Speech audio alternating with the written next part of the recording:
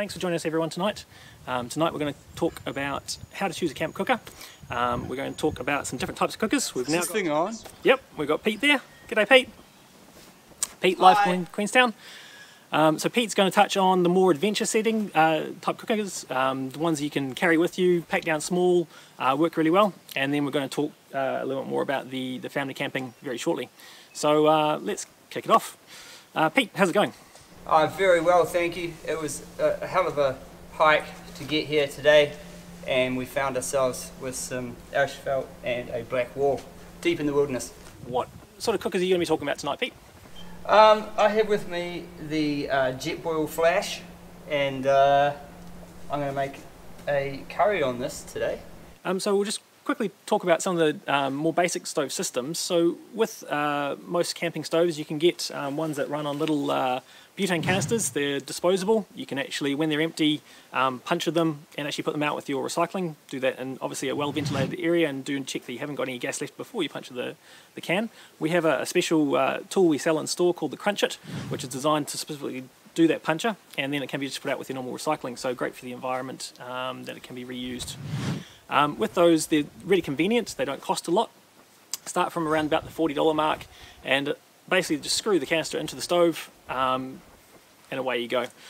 When you're finished with it, you're cooking and it's all cooled down, you can actually then unscrew it, put the canister somewhere in your backpack and the stove somewhere else, keeping it nice and easy. Pete, as he was saying, has got the JETBOIL flash. Now the JETBOIL flash is part of the stove systems. It's a little bit more expensive than your basic stoves, but the benefit with the stove systems is that you get your pot, your cooker, your gas canister, and they all pack together in one really tidy little unit. Also has the stove support there as well, so makes it nice and stable. Now you've got the basic JETBOIL model there. We do actually sell a few extra more premium models as well that can be a little bit more beneficial if you're going into more extreme environments, so more wind and more cold.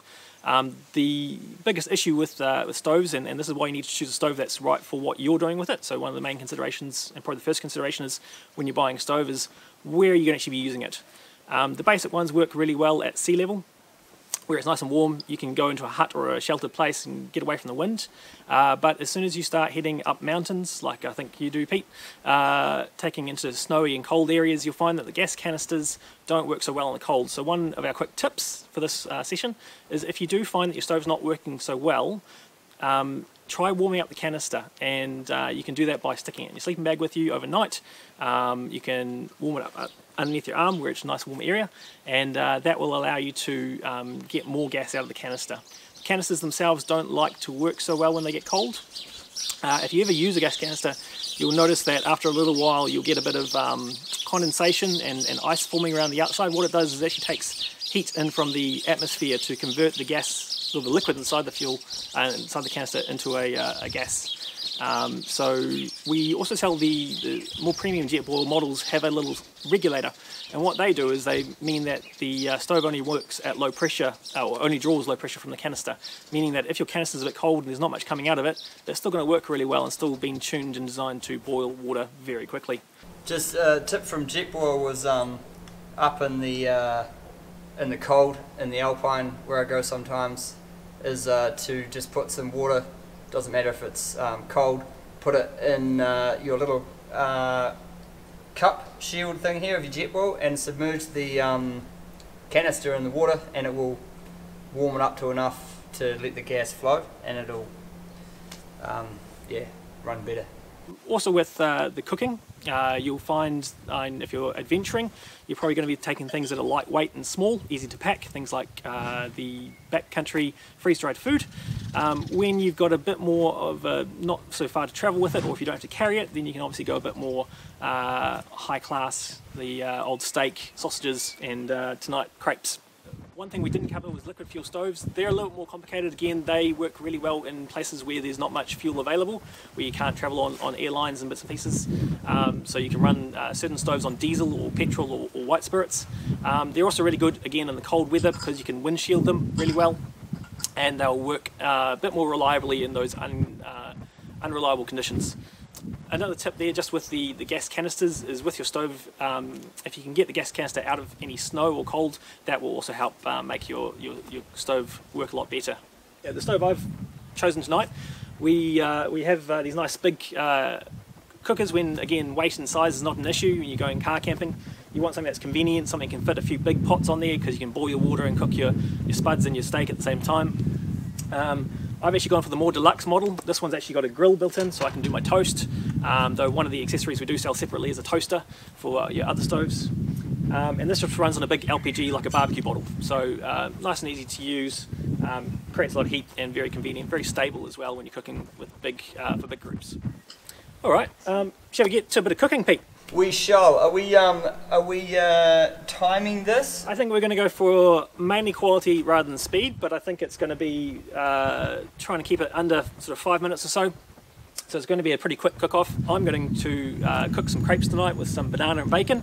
What are you cooking tonight, Pete? I'm going to cook a curry, and I mean, I'll go ahead and say that I did some pre-preparation here. I've got a few things already cut up, I'll have to admit. And I may have given the JETBOIL a wee test run as well, because I thought time wouldn't be on my side.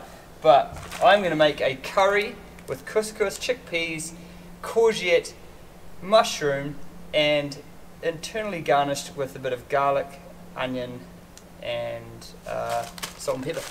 Curry in a hurry. Sounds really good. Alright, let's crack on, let's get started. Shall we? Sweet. So, Pete can start his stove pretty easy just with a little electric igniter there, so can I. So we'll get these going, get these warmed up. Woo! Alright. So be very careful when you put this on so you don't burn yourself. I'm just boiling myself some water here to cook my couscous. I find the couscous awesome carb to have with your meals in a whew, there we go, now we're cooking with gas, on missions, because it's small and light and dry, and that amount makes ample enough for 2 people, I hope. But yeah, another tip, just use Ziploc bags to decant your food into, so you're not taking excess packaging for weight. So here I had everything packaged into one unit, ready to go. Worst thing is when you're cold and hungry at the end of a mission, oh look at that, we're boiling already. Wow, that was great. And you've got to do a bit of prep time. The natural reaction is to try and do something about it very quickly, but I would just say, just chillax, it'll boil over, and generally when they do, they kind of put themselves out. So maybe if it doesn't, then think slowly and carefully about reaching that little valve if you can, and turn it clockwise, which will turn it off. But yeah, main thing, if it boils over, just don't panic, just take everything out of range of that boiling water. Another good tip is the little electric starters on a lot of the stoves. Some of the stoves, the more basic ones, don't have them. You use matches and other bits and pieces. More deluxe stoves generally have a little electric starter, but sometimes they can be a little bit unreliable, especially if they do get wet and they've had food and that in them. So rather than you've got your matches there, another option is also your fire steel, which is a little stick which you can, a little flint, you can start. I always carry one with me when I'm hiking, and it just allows you to start your stove no matter what the conditions how wet it is. If you were using a liquid fuel, then definitely. I wouldn't cook anything that will absorb the fuel from a liquid fuel. That's the petrol, the diesel, or the white spirits. With the gas, it's the same as cooking at your home. No issues there. The toasters are actually a metal plate with which will actually block most of the gas coming up anyway, same as your fry pan would, and it basically warms up the plate, and then the toast warms up on over top of it, so keeps it working really well. And yeah, no risk of carcinogens with the gas stoves, but I'd be careful with the liquid fuel. The roast lamb and veggies is my favourite. The mint lamb and mashed potatoes is really nice. How about yourself, Pete? I quite enjoy a backcountry meal. I kind of went off the one particular flavour which I burst in my sleeping bag once, and that put me off. I think it was the vegetarian, I can't remember which one, but yeah, that went a bit sour. Because a good wee trick is you can use your backcountry meal as a hottie in your sleeping bag if you seal it well. But be sure to practice that before you try it live, because that can go nasty, as I found out in a very remote and cold location in a snow cave. My little tip with the backcountry is that actually once you're ready to eat it, is actually tear it off halfway and then it becomes a nice little bowl. You don't even need to get your extra bowls dirty or carry extra bowls with you. And you can actually eat straight from the packet, but just cut it halfway down and that makes it work really well.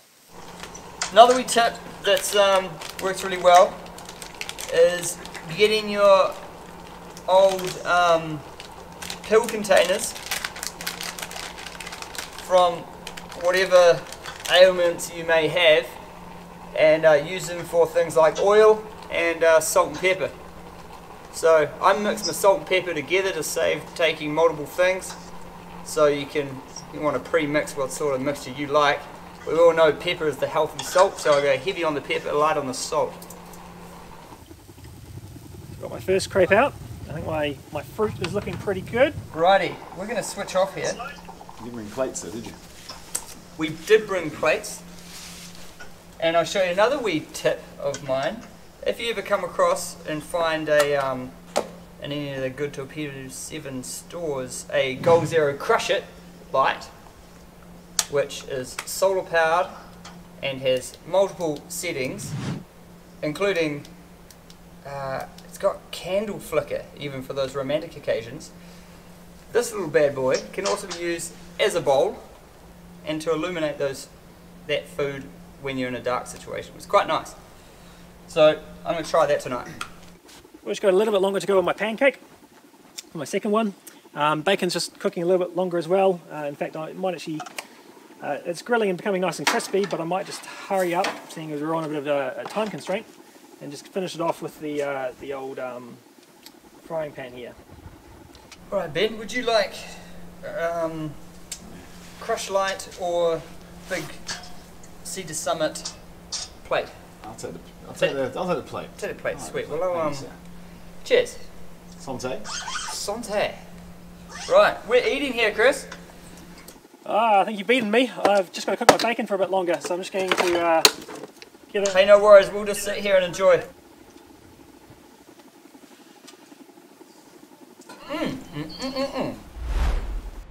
When you're cooking, never cook in an enclosed space. The reason being is that when you cook, you actually create carbon monoxide, so you need to keep well ventilated, hence why we're cooking outside our tent here. The other thing is actually being very careful of things like tents, making sure there's no overhanging things that can catch fire very easily. So that's probably one of the main considerations. Secondly is always just do a visual inspection of your cookers when you start them up. Watch for any smells. You might hear smells on the gas. Actually depends on the stove and depends on where you're using it. So if you're using a stove and it's really cold and really windy, you're going to use a lot more gas to make your stove work to its potential and boil the water. So you actually find that you'll run out of gas faster and boil less water at high altitudes, and equally so if it's windy. So the best thing you can do is keep your stove warm and you're sheltered while you're cooking. It also depends on the stove. The stoves themselves will have different BTU and consumption rates of gas. Most stoves will actually list that, and you'll be able to find that online, or again talk to one of your friendly Torpedo7 staff members, and they'll be able to help you choose how much gas do you need to carry for your adventure basically. If you don't want to spend much money in your backpacking, we would also have a cheaper stove. Comes in a little briefcase. If Lucy would just grab it for me there. And it starts about $40. It's also a really good stove to have in your cupboard if you have a power outage or earthquake or something like that. So that one there. This one here has the canister go on the side of it, and these usually use a slightly different canister that doesn't screw on, it just slots in, locks in place, and then it looks kind of like a fly spray canister. Really, really affordable, really easy to use, and you can often buy them in a 4-pack as well. Great for that backpacking, again, in areas where you don't have to worry about the cold or wind so much. They don't put out quite as much heat with just being butane only, so the little adventure cookers do actually work a bit better than that. So I think it's pretty much my bacon done, so I'm going to turn that off now. Someone just asked Chris, is there a special JETBOIL canister you have to use? And I think the answer is no. It's a pretty standard canister you get for most cookers, but there are different brands. But if you want to get the one that fits inside the JETBOIL, I think JETBOIL branded ones are one of the only ones that do the 100 gram one that fits inside the JETBOIL. You can get bigger ones as well. So the most, with most cooking stoves, they use a pretty universal screw-on canister. Again, it's self-sealing, so when you unscrew it, it won't leak, so you can separate them in your backpack.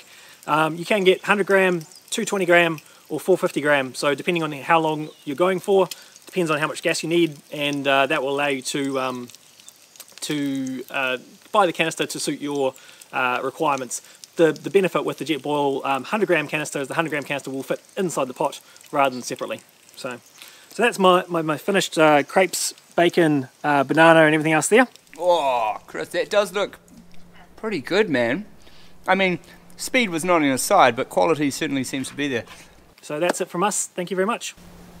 Thank you and good night.